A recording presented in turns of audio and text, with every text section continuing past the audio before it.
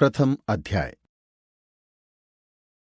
प्राचीन समय की बात है कि नैमिषारण्य क्षेत्र में शौनक आदि ऋषियों ने अनेक महर्षियों के साथ 1000 वर्ष पर्यंत चलने वाले यज्ञ को प्रारंभ किया था, जिससे उन्हें स्वर्ग की प्राप्ति हो सके।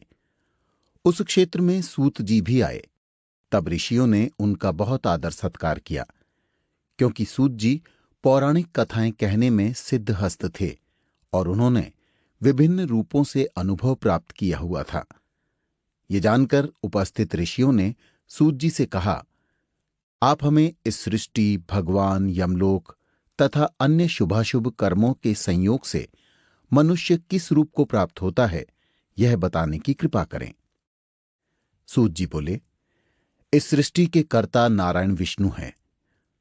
वो ही नारायण विष्णु जल में रहने के कारण नारायण हैं, लक्ष्मी के पति हैं और उन्होंने अनेक अवतार धारण करके पृथ्वी पर अधर्म का नाश किया है और पृथ्वी की रक्षा की है।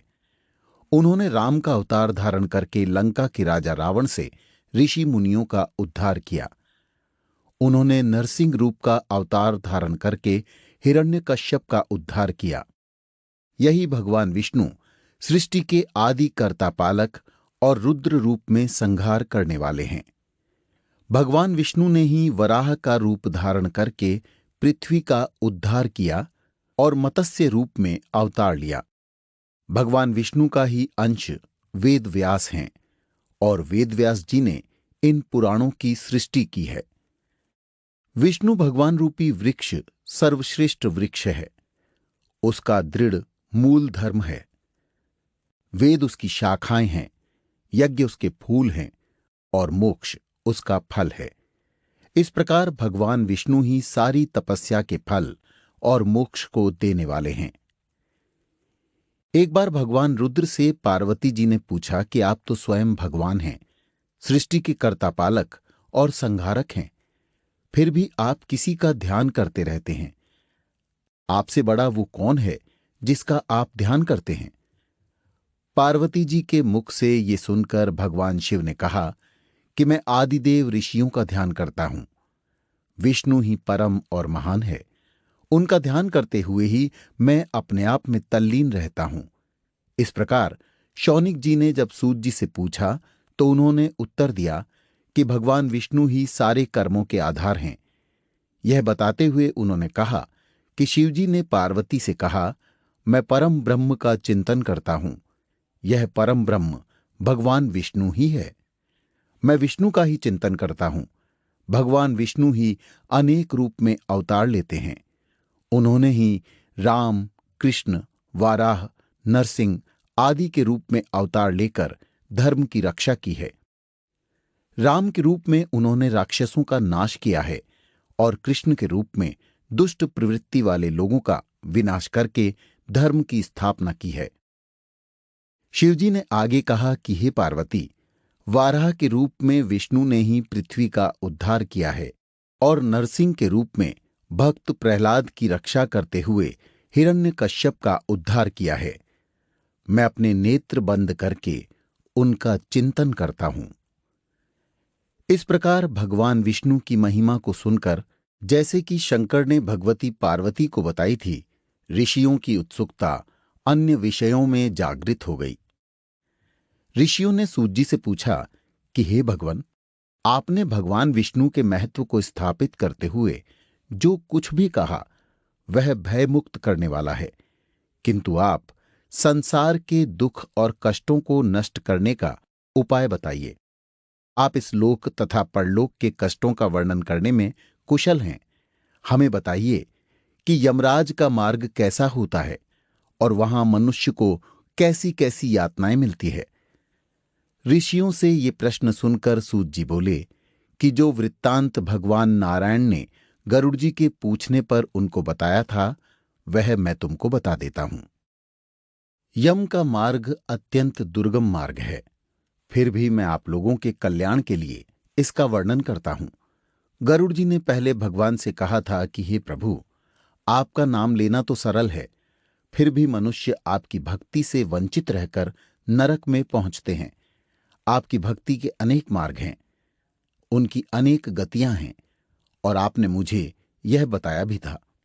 किंतु इस समय मैं जानना चाहता हूं कि जो व्यक्ति आपकी भक्ति से विमुख हो जाता है उसे दुर्गम यम मार्ग मिलता है, किंतु यह मार्ग उन्हें कैसे मिलता है और इसकी कठिनाइयां क्या है? हे प्रभु, इस मार्ग में पापियों की दुर्गति होती है और जिस रूप में वे नरकगामी बनते हैं वह आप मुझे विस्तार से बताइए। गरुड़ जी की प्रार्थना पर भगवान विष्णु उनसे बोले, हे गरुड़, तुम्हारे पूछने पर मैं यम मार्ग का वर्णन करता हूं, क्योंकि इस मार्ग से ही होकर पापी यमलोक जाते हैं। यह वर्णन अत्यंत भयंकर है। जो अपने को सम्मानित मानकर उग्र रहते हैं और धन तथा मर्यादा के गर्व से युक्त हैं तथा राक्षसी भाव को प्राप्त होकर दैवी शक्ति रूपी संपत्ति से हीन होते हैं, जो काम तथा भोग में लीन रहते हैं, जिनका मन मोह मायाजाल में फंसा हुआ है, वे अपवित्र नरक में गिरते हैं। जो मनुष्य दान देते हैं वे मोक्ष प्राप्त करते हैं। जो लोग दुष्ट और पापी हैं वे दुखपूर्वक यम की यातना सहते हुए यमलोक जाते हैं।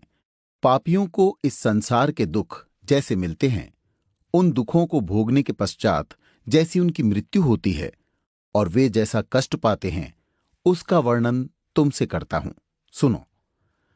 मनुष्य संसार में जन्म लेकर अपने पूर्व जन्म के संचित किए हुए पुण्य और पाप के कारण अच्छे बुरे फल को भोगता है। शेष अशुभ कर्मों के संयोग से शरीर में कोई भी रोग हो जाता है। रोग और विपत्ति से युक्त वह प्राणी जीवन की आशा से उत्कंठित होता रहता है। युवावस्था में संवेदनाहीन यह प्राणी स्त्री और पुत्रों से सेवित होने पर भी बलवान सर्प के द्वारा काल के रूप में एकाएक भयभीत होता है और उसके सिर पर काल आ पहुंचता है। वह वृद्धावस्था के कारण रूपहीन होकर घर में मृतक के समान रहता है। वह गृहस्वामी द्वारा अपमानयुक्त आहार को कुत्ते के समान भोजन करता है। रोग और मंदाग्नि के कारण आहार कम हो जाता है और चलने फिरने की शक्ति घट जाती है। वह चेष्टाहीन हो जाता है। जब कफ से स्वर नलियां रुक जाती हैं, आवागमन में कष्ट होता है। खांसी और श्वास के वेग के कारण उसके कंठ से घुरघुर शब्द होने लगता है। तब वह चेतनाहीन रहने के कारण चारपाई पर पड़ा हुआ सोचता है और बंधु वर्ग से घिरा हुआ होने के कारण प्राणी मृत्यु के सन्निकट आता रहता है, बुलाने से भी नहीं बोलता है। इस प्रकार हमेशा कुटुंब के पालन पोषण में जिसकी आत्मा लगी रहती है, उस परिवार के प्रेम की वेदना से रोता हुआ वह प्राणी परिवार के बीच में मर जाता है। हे गरुड़, मृत्यु के समय देवताओं के समान प्राणी की भी दिव्य दृष्टि हो जाती है। वह संसार को प्रभुमय देखता है और कुछ भी बोलने में असमर्थ हो जाता है। इंद्रियों की व्याकुलता से चैतन्य प्राणी भी जड़ के समान हो जाता है। इस कारण समीप आए यमदूतों के भय से अपने स्थान से चलायमान हो जाता है। जब प्राण आदि 5 तत्व अपने स्थान से चल देते हैं, तब मरते समय पापी का एक एक क्षण भी कल्प के समान बीतता है। 100 बिच्छुओं के काटने से जो पीड़ा होती है, वैसी ही यातना व्यथा श्वासों के निकलते समय होती है। यमदूतों के भय से उस जीव के मुंह से लार और झाग गिरने लगता है। अतः पापियों का प्राणवायु गुदा के मार्ग से निकलता है।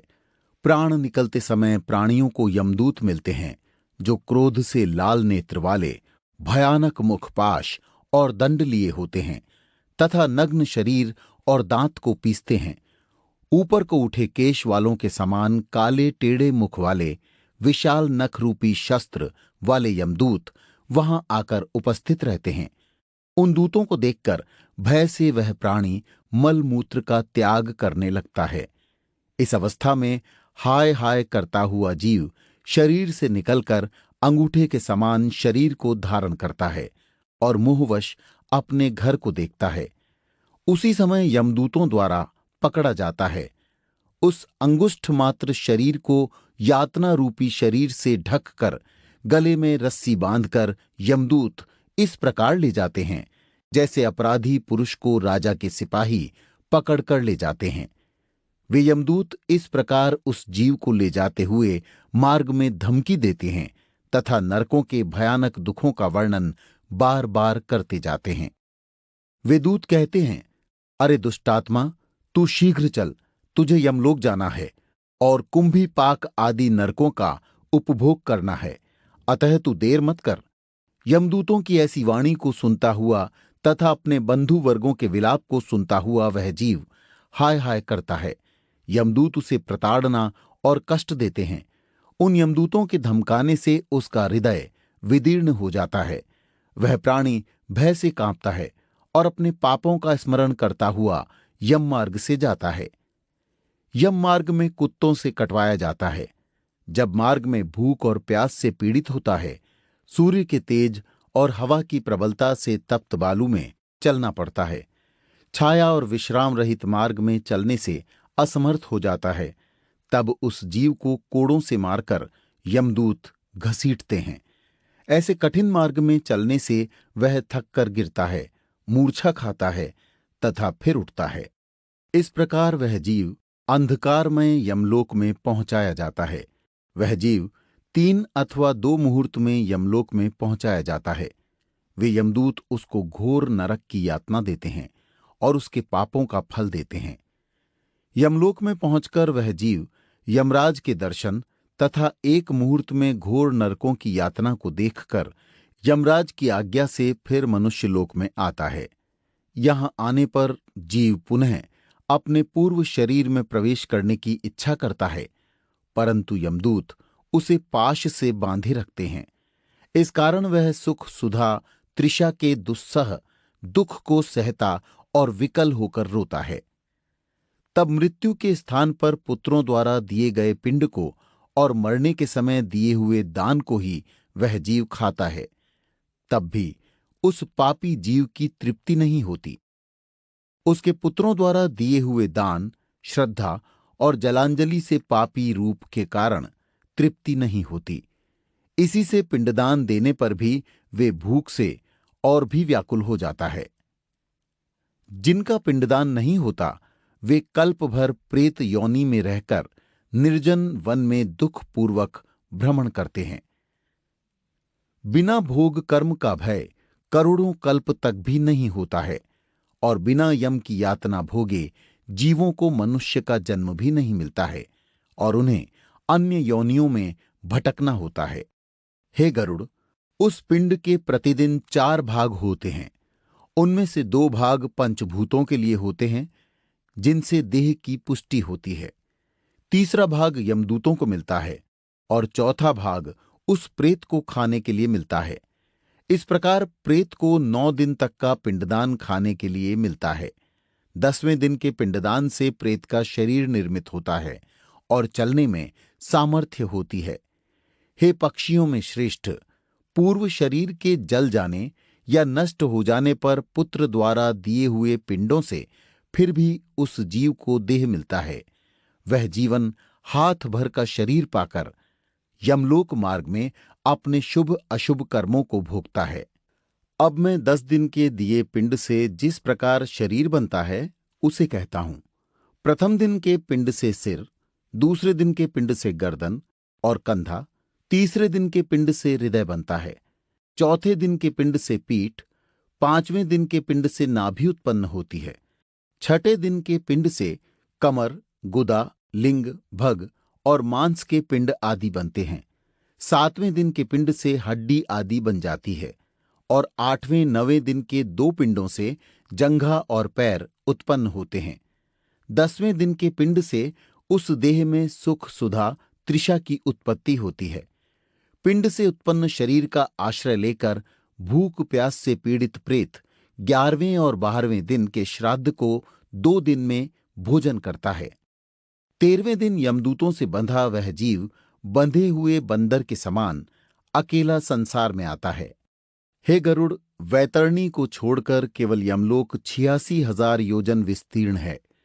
अब इस जीवन की प्रतिदिन 24 घंटों में क्रमशः 247 योजन यमदूतों के संग निरंतर चलना पड़ता है।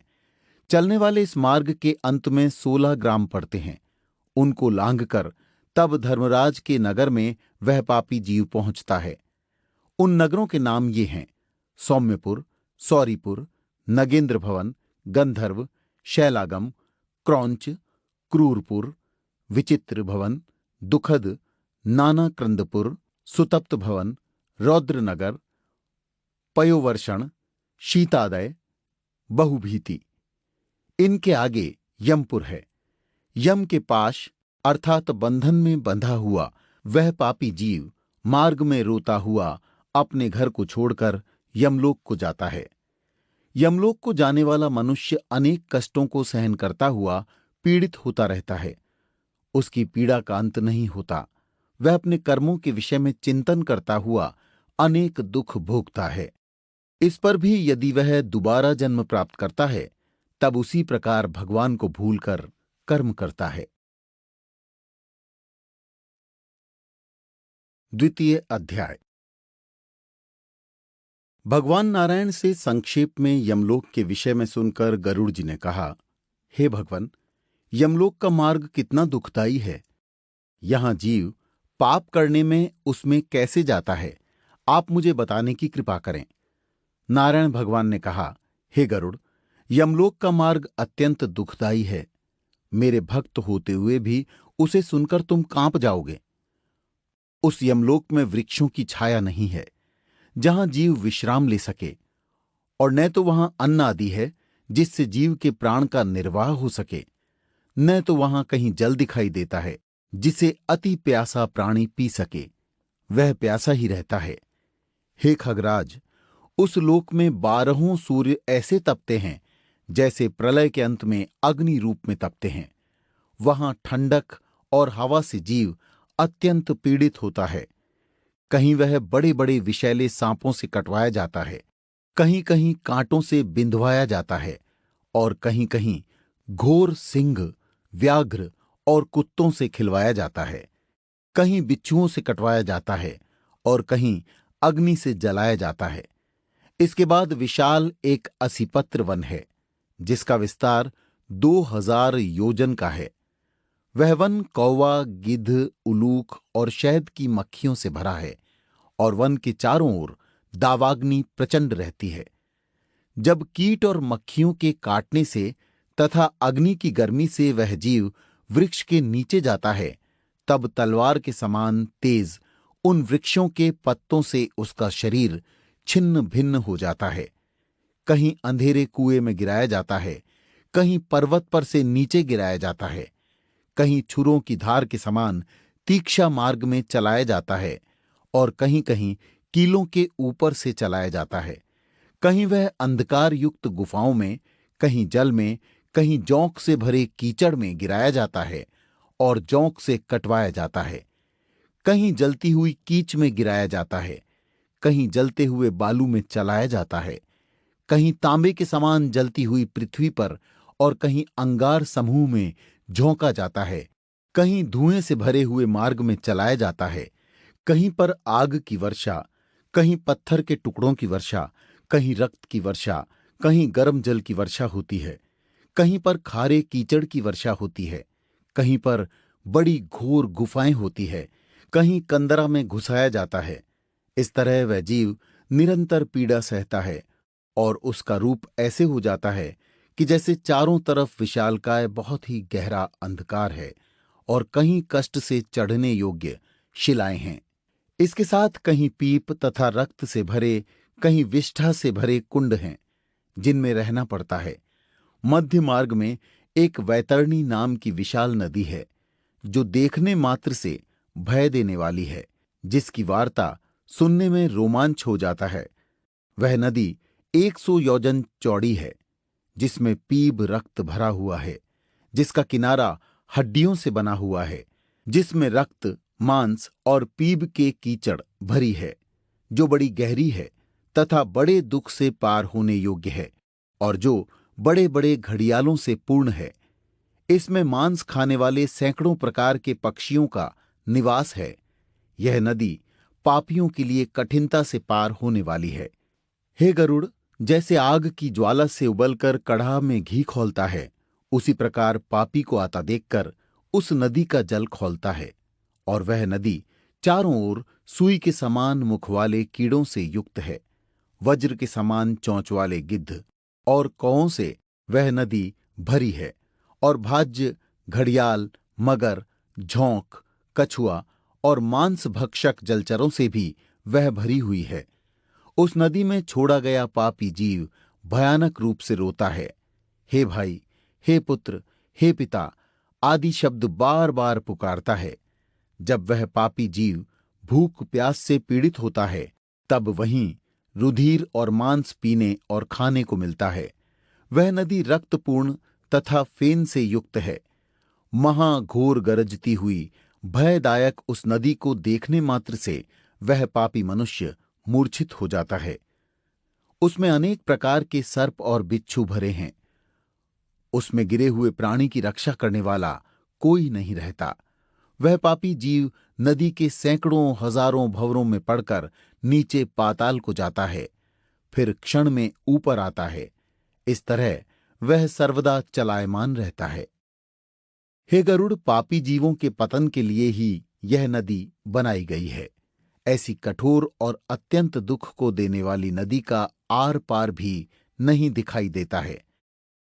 इस प्रकार यम के मार्ग में अनेक प्रकार के दुखों को भोगते हुए रोता चिल्लाता हुआ प्राणी यमलोक को जाता है।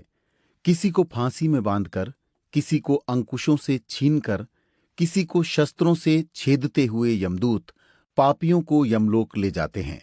यह यमलोक अत्यंत कष्टदायक है।